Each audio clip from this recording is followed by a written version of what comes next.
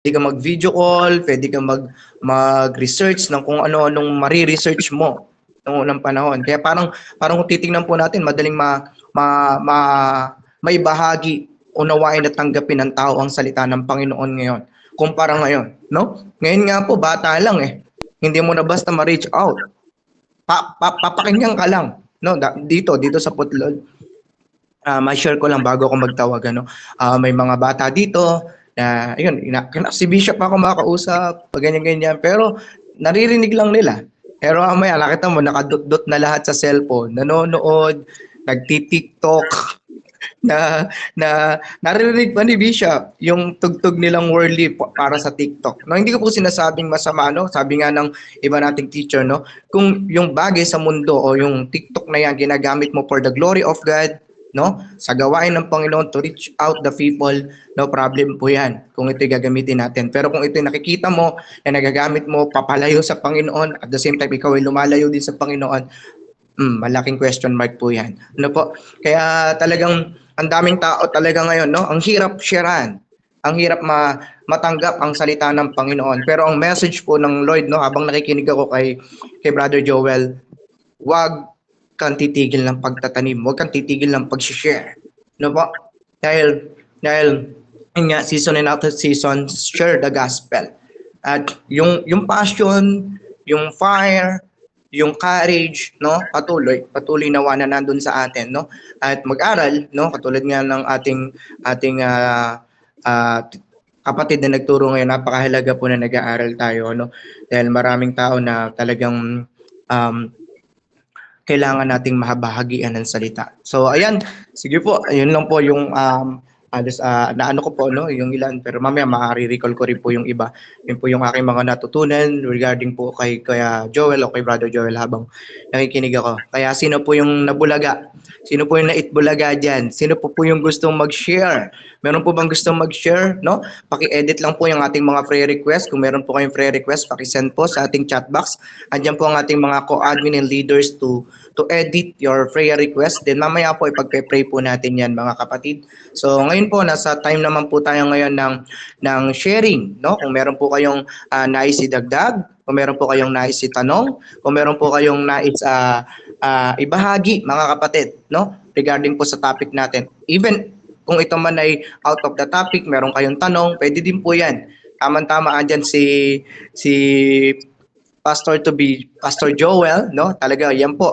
Nag-aral yan sa Kainos, talagang may mga may co-coach siya sa atin, may tuturo siya sa atin kung tayo merong hindi pa lubos na nauunawaan pagdating sa salita ng Panginoon. Kaya sino po yung gusto? Raise hand lang po tayo or open Good mic. morning, No? Kuya. Ayun, si Pastora Marilu. Blessed Thank you morning, po, Pastora. God bless po. everyone. Blessed morning po.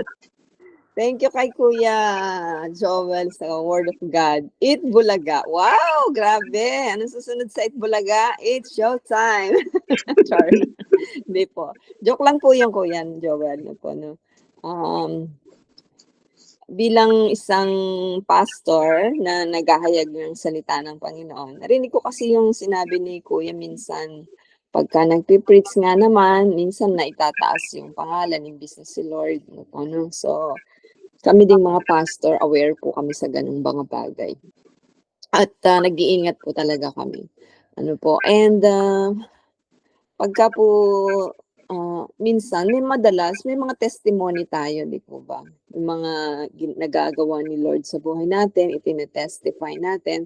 Sometimes, pag hindi talaga tayo malalim sa pananampalataya natin sa Panginoon, sa ating, what do you call this, relationship in our Lord Jesus Christ, mami-misinterpret natin yung sinasabi ng iba na parang, yan, nagyayabang na lang. Yung iba, pag hindi pa talaga na-experience o na-encounter si God personally, ang magiging dating talaga sa kanila, parang ang yabang-yabang mo. Parang ganun. Like Apostle Paul, di po ba? Yung faith ni Apostle Paul, parang pag nagsasalita siya, sinasabi ng mga, di ba? May sinabi doon na banggit na matapang ka lang sa sulat. Parang ganun po, no?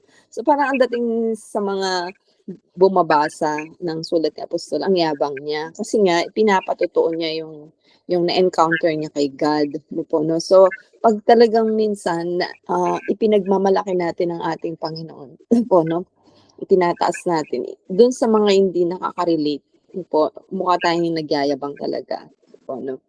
So, ang ganda rin na-experience ko din yun, no, sa mga kabataan natin ngayon. They are more focused on social media. That is why tayo namang matatanda, let us use the social media to spread the word of God. No po, no? Kasi talagang mga bata ngayon, more on YouTube, di po ba? So, ako din po, no, may TikTok din po ako, follow me, Mary Lou Shi. Pero magugulat kayo kung ano makikita niyo sa TikTok.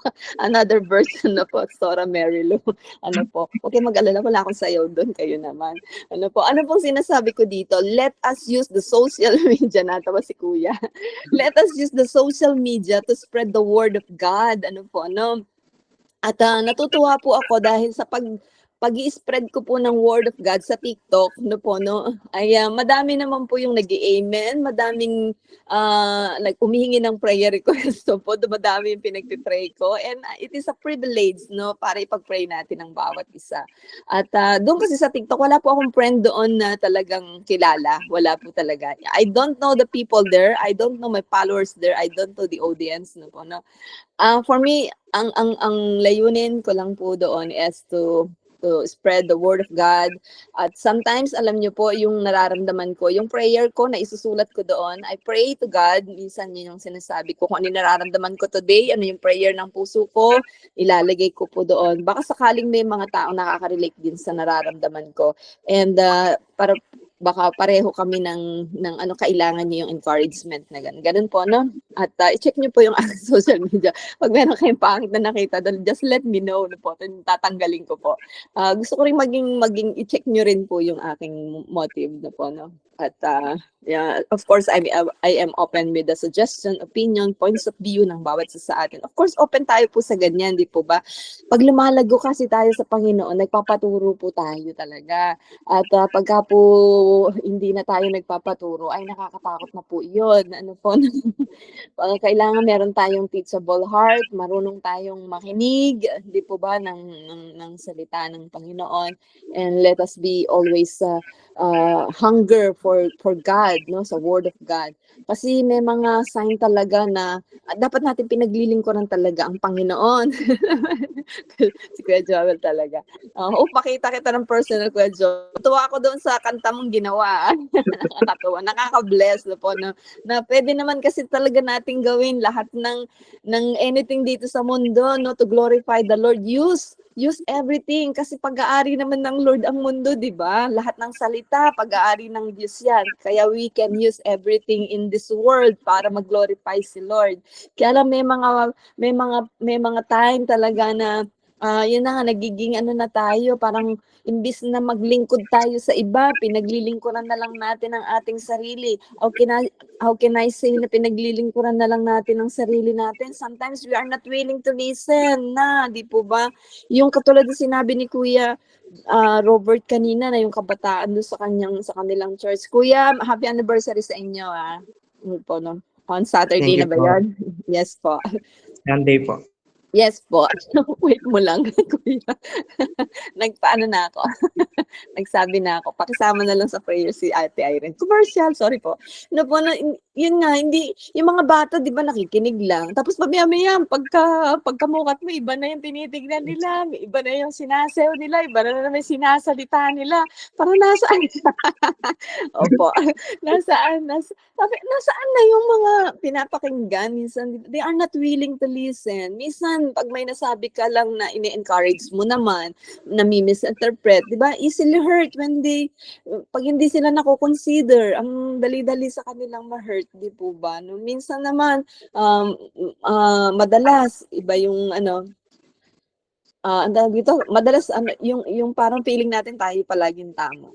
Di ba? Minsan ganun po kasi yung experience ko lang po ito dito sa church ng Shibata, or for almost 10-11 years of serving the Lord, no po, no, as a pastor, no po, no. Tapos ang easily offended pag nire-rebuke mo, alam mo namang hindi tama. Of course, hindi naman tayo nagto-tolerate ng kasamaan, di po ba? nandito tayo para mag-encourage, to rebuke, and para ituwid kung ano yung mga nakikita nating it's not minsan nga kasi may nasita akong kabisang kabataan, sabi yung alam niyo yung palda niya.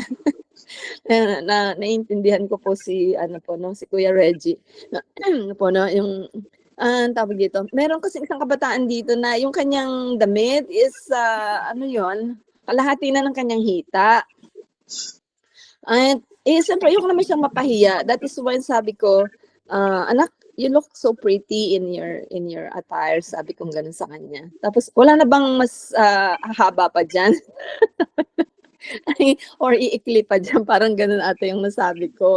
Na-offend na siya doon. Alam niyo po 'yun, offend na siya na nangingialam daw ako sa attire nila. Grabe, nasa church ka, wala ka naman sa 'di ba? Tapos yung palda mo na ano. Anyway na po 'no, so ano, na-offend na sa gano'n, dapat hindi tayo na-o-offend sa gano'n, ano, tinanong ko lang naman kung may baka mas maiikli pa doon or may mas aaba pa doon sa kanyang baro, ano po 'no. So wag ma-o-offend 'pag kino-correct tayo, ano po 'no. Kasi, ibig sabihin nagmamalasakit lang 'yun sa inyo 'no, minsan ayun po 'no, minsan, naiko-compare na natin yung sarili natin sa iba, hindi po ba? Kaya napakabuti ng Panginoon kung may mga taong nagko-correct sa atin, nag-aalalay sa atin, no po, no? At, wag naman tayong mabulaga palagi pagka tayo hindi na ang tawag dito, tinuturuan, ano po, no? At kundi let the Holy Spirit na i-guide tayo, ito, no? Hindi naman ituturo ng Holy Spirit na gumawa ka ng ganitong ano, hindi naman pangit ang itinuturo sa atin eh. Po, wala pong lingkod ng Diyos na ililid tayo sa kasamaan at ililid tayo sa impyerno, po, no? Ang gusto lang is hindi naman tayo yung sobrang higpit naman, hindi naman po ganoon, po, no? Nakikisama din naman tayo kung anong in or out ngayon po, no? Nakikisama, hindi nakikisama. So because like what I had told you, no, lahat ng klase ng platform meron, o social media meron po ako po, no, but I'm using this platform to glorify the Lord, to spread the gospel, no po, no, kasi hindi naman ako makakapag-preach sa buong mundo, so I don't have to do that, no po, no. At yung mabigyan ka lang ng pagkakataon na Lord, pwede ko po bang gamitin ito, no, at then I have all the permission naman kay God para bago ko ginawa yun. And I told God na lahat ng amen, lahat ng heart na matatanggap ko doon is I dedicated all of that to Him, na, at wala akong karapatan angkinin ang lahat ng comments nila na sinasabi nilang glory to God, amen, gano'n. Yung po mga ganun nila, no, God is good, God is great. Of course, para kay Lord lahat po yun, no? Hindi po yun para sa akin. I'm just an instrument na magamit ng Panginoon na makarating yung kanyang salita sa mga lugar na hindi pa nararating. Because yun po yung calling kasi natin, yun po, no? Yung ipahayag yung salita ng Panginoon through social media. Tayo din po, no? Gamitin natin ang social media to glorify the name of our Lord Jesus Christ. Yun lamang po. And it bulaga sa inyo. Kuya Joel, thank you so much for the word. Opo. Amen. Glory to God. Maraming salamat po, Pastora Marilu, ano po. Ang dami nating narinig, ano, na excuse me po.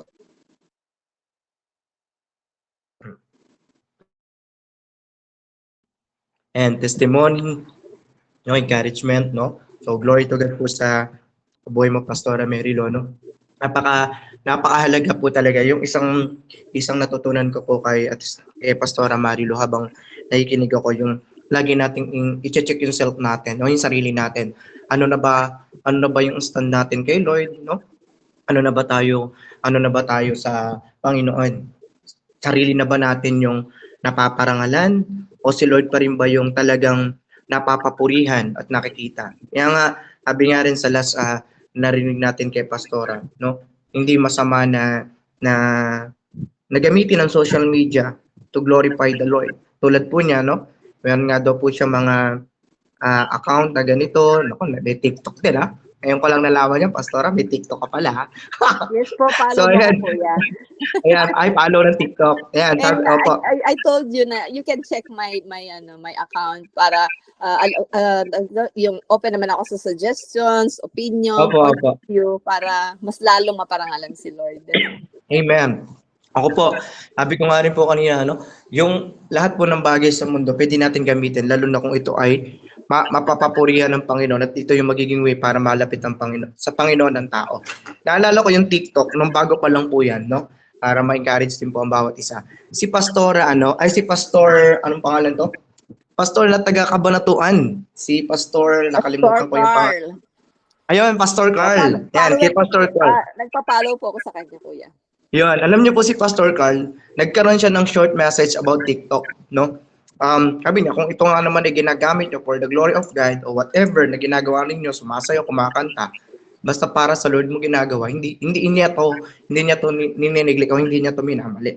So, ganun din po sa ating lahat. Kaya may TikTok ka o namang sikat, no? Kasi kung ang demonyo o kung yung kaaway ginagamit ang lahat ng bagay sa mundo to distract ang mga tao at malayo sa Panginoon, ang Lord ipapahintulot din po sa atin. Kaya lang talagang napakainam na ipanalangin mo siyang mabuti, hingin ng wisdom sa Lord, knowledge sa Lord, no? Leading sa Lord kung paano natin gagamitin. Tulad na nga lang ito, Itbulaga, no? Talagang nagulantang tayo. Ano pa yung sa Soko, nagulantang tayo, no? Ito yung mga technique ng Panginoon or itinuturo sa atin ng Panginoon para ma-reach out yung people o yung mga tao na magkaroon ng atensyon, no? Dahil kung titingnan po natin yung text ng message, no?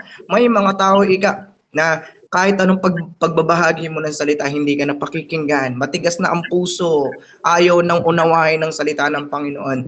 Kaya ito yung isang natutunan ko, no? Gawa ka ng mga pakulo na papalapit sa Panginoon. Ano po? Kaya hindi po masama, basta hingi lang tayo ng wisdom, knowledge at patuloy na understanding sa salita ng Panginoon para ma-share ang salita ng Panginoon. Maraming salamat po Pastora Marilu sa inyo pong naibahagi. Ano po, tunay nga po na lahat tayo, no? Lahat po tayo nandito para magpalakasan, magtulungan at ma-motivate sa mga naririnig natin para tayo ay makapagpatuloy na lumago at mamunga. Marami sa atin dito, no po, gustong-gusto nating mamunga, gusto-gusto natin lumago, no? Kaya tayo ay wag bibitaw na makapakinig, no? Sabi nga rin ni Pastor Joel kanina, to be pastor natin 'yan, no? Faith comes from hearing and hearing by the word of God, no? Yung pananampalataya diyan nagsisimula. At pag pinagpatuloy natin yung pakikinig natin, nagugulat tayo. Grabe, nagiging deep yung ating faith in relationship sa Lord, no? So ayan, meron pa po bang gustong magdagdag? Meron po bang tanong? Meron po bang suggestion? No? Just open mic, kapatid, no? Share po natin 'yan. Bago po tayo dadako sa ating mga prayer request, meron pa po bang gustong humabol? Meron pa po bang gustong magbahagi? Sige po. Hello? Are you there? Ayan. Mukhang nabusog na po ang lahat. Meron po ba? Raise hand lang po tayo, kapatid. Pwede po tayo magdagdag. Pwede po tayo magtanong. Sino pa po yung willing, no? So kung wala naman po nais na magdagdag at mukhang nabusog at natuto ang bawat isa, no? Napakahalaga po, no? Ang ating natutunan ngayon, ano po? Ayan. Yung text natin, nabasa natin kanina sa 2 Timothy chapter 4, 2-4 ba yan? Tama ba, Kuya Joel? No? So, ready po natin yung balikan. Netidik lang po natin yung text. Ang dami po nating matututunan. Kasi talagang sa panahon po natin ngayon, talagang mahirap man tanggapin ng tao ang salita ng Panginoon. Pero sa isang taong hindi tumitigil ng pagtatanim, nagbubunga po yun. Sabi ko nga po, hindi ko makakalimutan yung natutunan ko sa Hagay nung nasa Saudi Arabia ako. Nadalo ako ng isang seminar about Hagay. Mga India yung kasama ko doon. Mga missionary ng India na nagturo ng seminar about sa Hagay, about sa evangelism, no? About sa pag-share ng gospel. No po. Meron dong isang Pilipinong teacher na nagturo ng about sa preaching o about sa evangelism. Lagi lang niyang ang binigyan din lang niya doon yung wag kang magsawang maghasik. Tanim. Dahil lahat ng natanim, tutubo at tutubo yan. Iba-iba man ang lupa, pero malinaw po na pinakita ng Bible sa Matthew, sa Mark, sa Luke. Nakita po doon na merong apat na lupa na nataniman ng binhi. Merong batuhan, merong daan, merong matinik na halaman, at merong matabang lupa. Pero sa lahat ng lupa na yon, tumubo yung binhi. May iba-iba nga lang mga naging pagsubok, kaya nawala ng kabulukan yung tatlong binhi. Pero doon sa pang-apat na binhi, talaga nakita natin. Dahil yun yung matabang lupa, yun yung namunga, lumago. At nakitaan natin ng paggalaw ng Panginoon at gumalaw. Actually, sa lahat ng lupa, gumagalaw ang Panginoon. Huwag lang tayong magsawa. Dahil lahat ng lupa, pag yan ay hindi mo pinagsawa ang taniman ng taniman, tiligan, alagaan, papaparoon din yan sa matabang lupa. At the same time, parang tayo po, dati tayong parang batuhan, dati tayong parang matinik na halaman, dati tayong parang daan na nahasikan ng binhi. Pero ngayon, naniniwala ako, ba't tayo nag-i-stay? Nasa matabang lupa na tayo. Nasa matabang lupa na talagang nahahasik yung salita, inuunawa, tinatanggap, at the same time, ina-apply. No? Kaya wag po tayo magsawang magtanim, wag tayo magsawang maghasik, wag tayo magsawang ibahagi ang salita ng Panginoon. Season and out of season. No? Glory to God sa buhay mo, Brother Joel, buhay ni Pastora Marilu, sa buhay ng bawat isa. No? So kung wala na pong nais magdagdag, tayo po